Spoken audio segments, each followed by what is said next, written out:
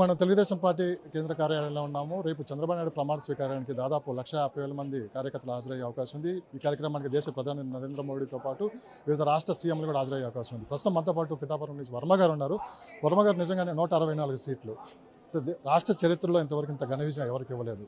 ఎలా అనిపిస్తుంది సార్? పిఠాపురం కూడా అత్యంత మెజారిటీ. సో రాష్ట్ర వ్యాప్తంగా కూడా మీ పేరు మారు మ్రోగిపోయింది. ఈ ఘన విజయం చూసిన తర్వాత అనిపిస్తుంది. ఎలాగ అనిపించడం ఏంటంటే ప్రజల్లో ఇతను పెట్టిన ఇబ్బందులు, రాక్షస పరిపాలన చెప్పుకోవడానికి భయం. అంటే ప్రజాస్వామ్యం లేదు, గుండెల్లో గూడు కట్టుకుని ఉంది 5 కోట్ల మంది ప్రజల్లో. దాని ఫలితమే ఈరోజు భారీ మెజార్టీ సీట్లు రావడానికి కారణం.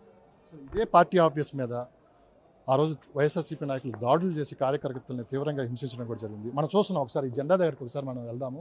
అదే పార్టీ జెండాని ఆ రోజు లేకుండా ఈ పార్టీని ఆఫీస్ని లేకుండా చేద్దాం అని చెప్పి పెద్ద ఎత్తున వాళ్ళు ఇక్కడ దాడి చేయడం కూడా జరిగింది. ఒకసారిగా ఈరోజు ఈ వాతావరణం చూస్తుంటే ఏమనిపిస్తుంది సార్? ప్రజా తీర్పుని చూసి ఎప్పుడు జెండా లేకుండా చేద్దాం అనేసరికి పడి లెగుస్తుంది మా తెలుగుదేశం పార్టీ జెండా. మా నాయకుడు కూడా పార్టీని కూడా ఎన్నో ఒడిదుడుకులు ఎదుర్కొన్న చంద్రబాబు నాయుడు గారు పార్టీని ఎలా ముందుకు నడిపించాలో, ప్రజల సంక్షేమం ఎలా చేయాలో, ప్రజలకి నమ్మకం ఎలా కలగాలో అన్నీ కూడా ఆ విధంగా ఈరోజు చంద్రబాబు నాయుడు గారి మీద, పవన్ కళ్యాణ్ మీద వారి నమ్మకం కలిగింది. దాంతో ఇది ముందుకెళ్ళి. సో పవన్ కళ్యాణ్ గారి విజయం మీద అత్యంత కీలక పాత్ర మీరు పోషించారు. కానీ రీసెంట్గా జరిగిన ఒక గొడవ విషయంలో కొంత వైరల్ అయితే జరిగింది. అసలు ఆ గొడవ విషయం ఏంటి? ఏం జరిగిందంటే విషయం ఆల్రెడీ మనం చెప్పాం కదా ప్రెస్కి. అదే.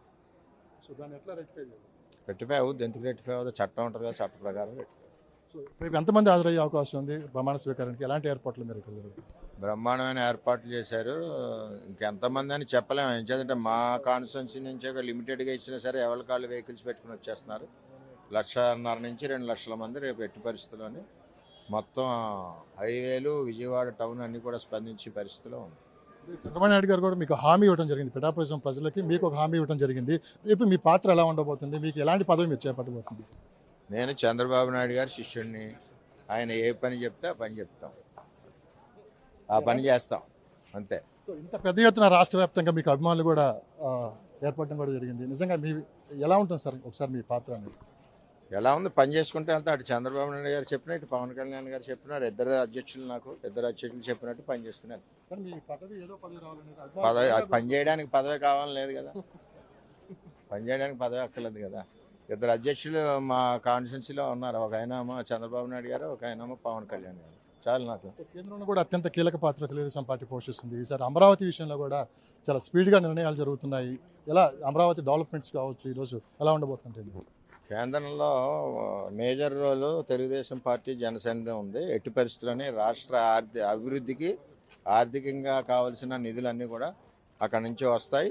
అభివృద్ధి కూడా ఇంకా రేపు ప్రమాణ స్వీకారం అయిన వెంటనే స్టార్ట్ అవుతుంది. రాష్ట్ర అభివృద్ధి కూడా ముందుకెళ్తే పోలవరం, రాజధాని అన్నీ కూడా మేజర్ ప్రాజెక్టులు అవుతాయి. పిఠాపురం ఏ ప్లేస్లో నిలబడిపోతున్నారు స్టేట్లో? ఫస్ట్ ప్లేస్ వస్తుంది. మీ పాత్ర అందులో ఎలా ఉంటుంది? ఉంటుందా? మా పాత్ర ఎందుకు ఉండదు? ఉంటుంది కంపల్సరీగా. ఓకే.